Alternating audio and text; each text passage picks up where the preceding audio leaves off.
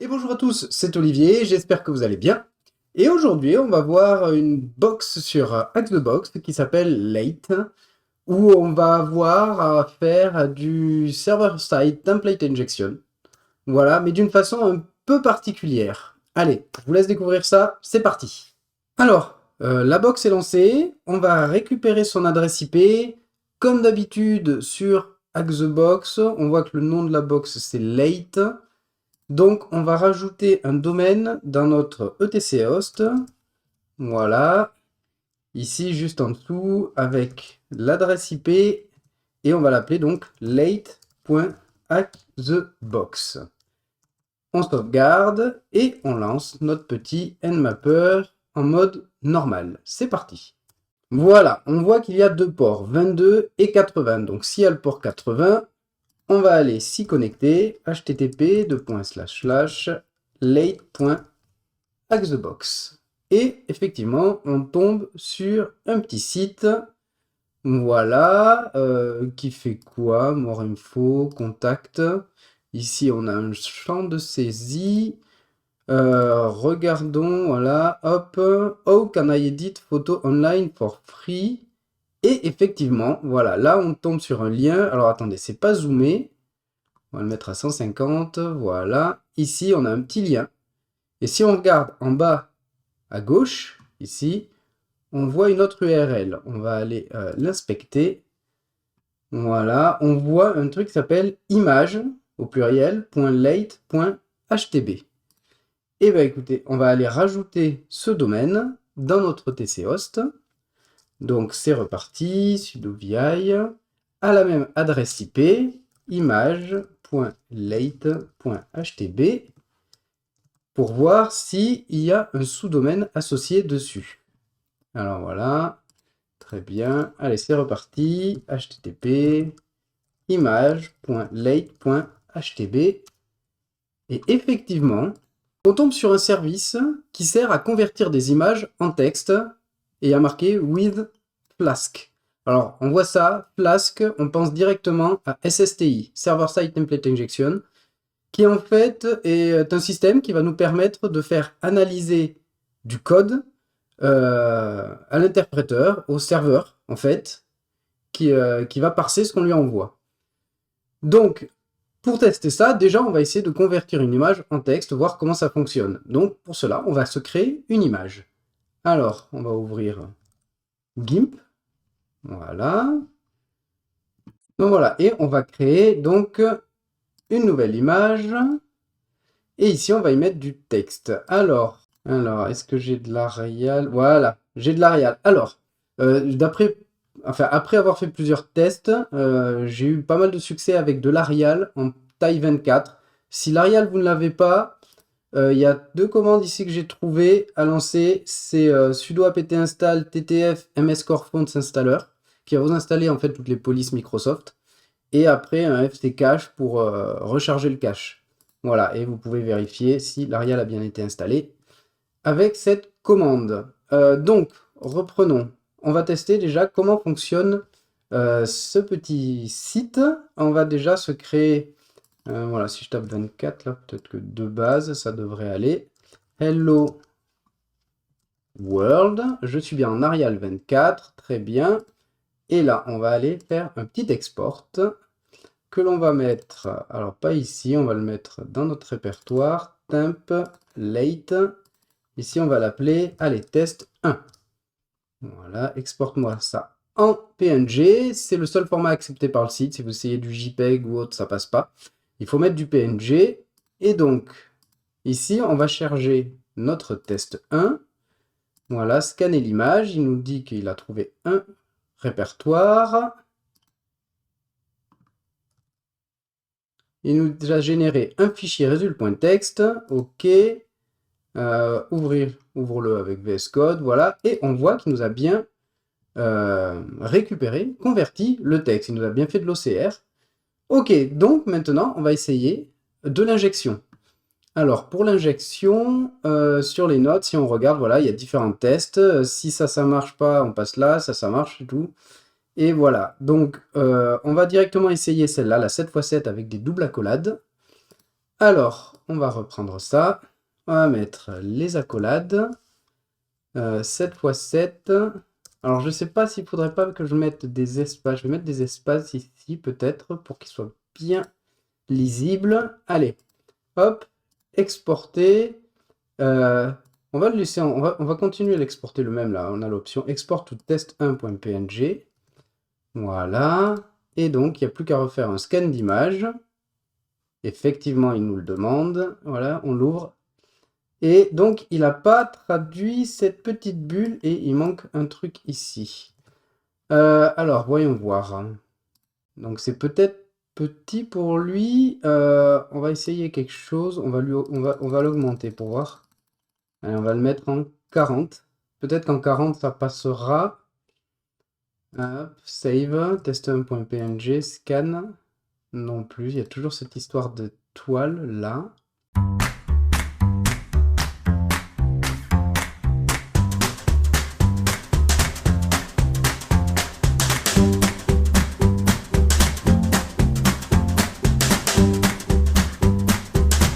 Alors, c'est bon, je l'ai eu en taille 28. En taille 28 avec de l'Arial.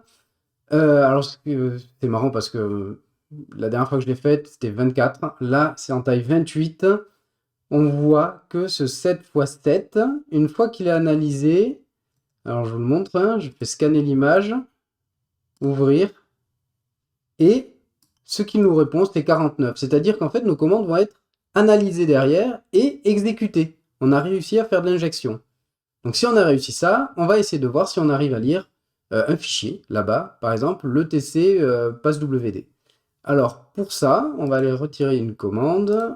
Voyons voir, SSTI. Voilà, SSTI exploit. Voilà, sur Actrix. Voyons voir ce qu'il nous donne. Et je crois que dedans, ouais, c'est là-dedans où on prend une commande. Voilà, tac, tac. Alors oui, on va rechercher pour du Flask. Voilà, ici on a le Flask. Jinja 2, Remote, Read Remote File. Voilà, et bien on va prendre ce dernier ici. Voilà, qui permet de lire le ETC passwd. Allez, c'est parti. Alors, on va le remettre ici. Voilà, là, et on va changer avec tout ça. Bien sûr, il faut que ce soit sur une seule ligne. Voilà, et on lui dit voilà d'ouvrir le TC passwd Arial 24, CTRL-E pour que ça s'exporte dans le fichier précédent. Et donc si je fais un scan d'image, alors ça marche pas, donc on va continuer à rejouer avec la taille des polices. Allez, c'est parti.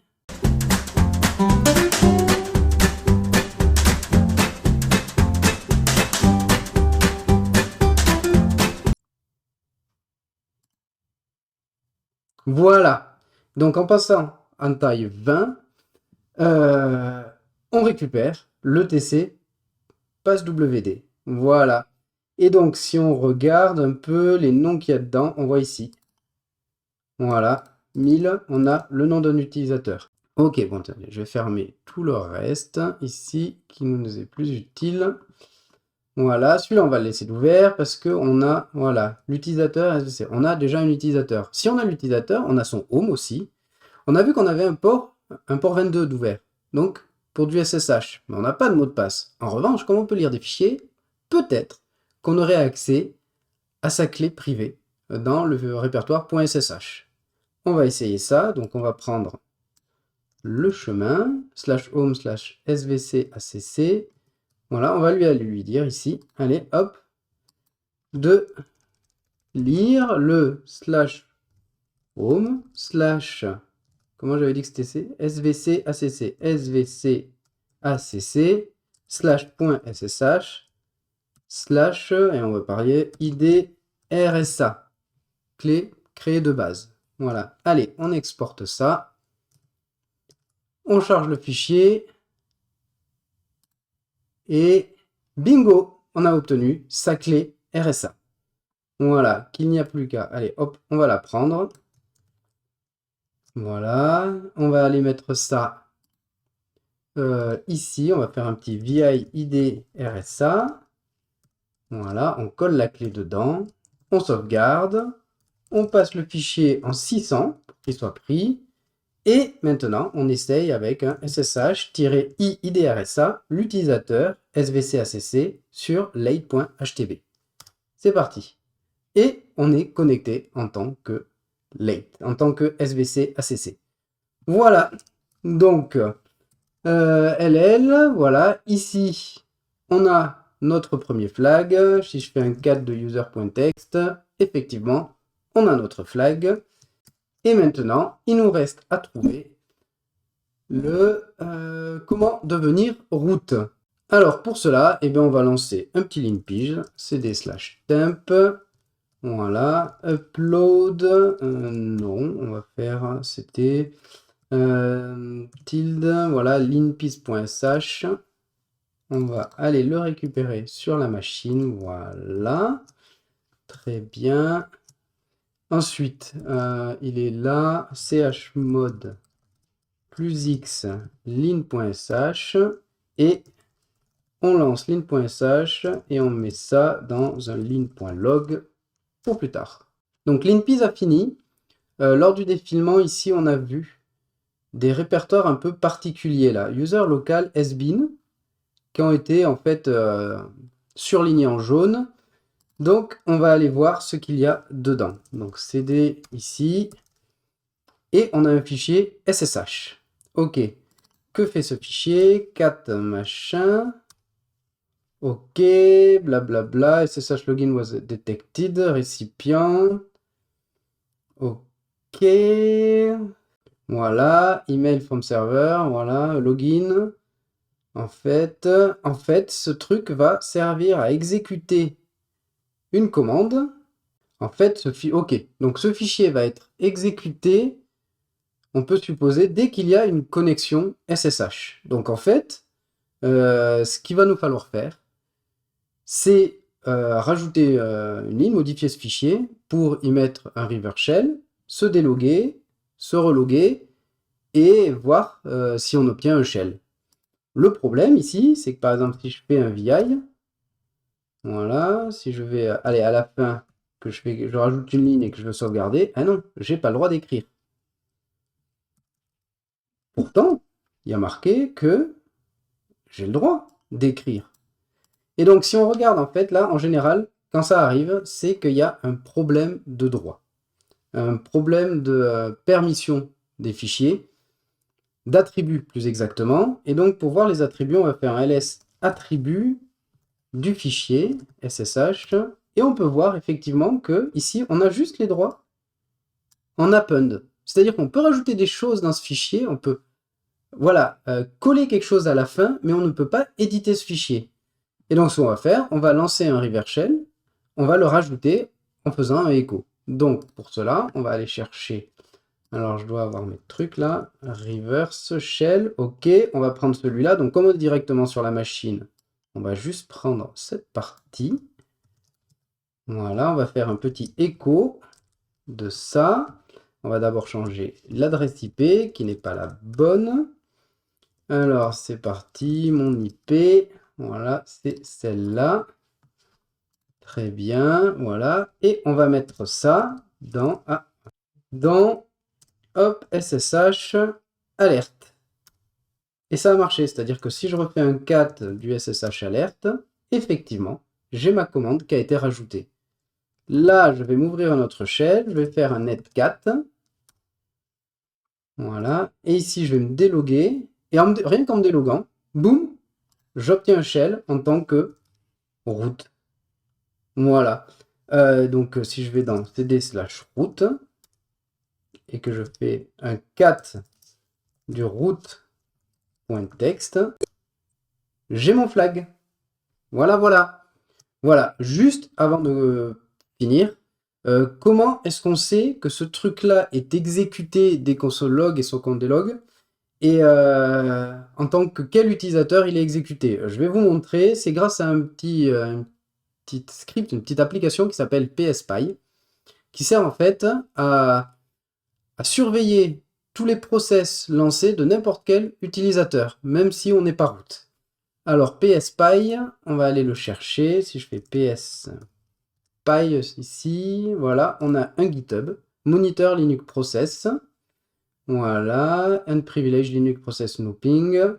Et ici, donc, on va prendre une version statique. On va prendre le PSPy normal, voilà, en version 64 bits, parce que si je me trompe pas, attendez, je vais me reloguer, voilà. Si je fais un uname-a, est-ce que je l'ai quelque part là? Voilà, je suis en x64. Donc voilà, donc en fait, ce que l'on va faire, c'est qu'on va aller dans /temp, voilà.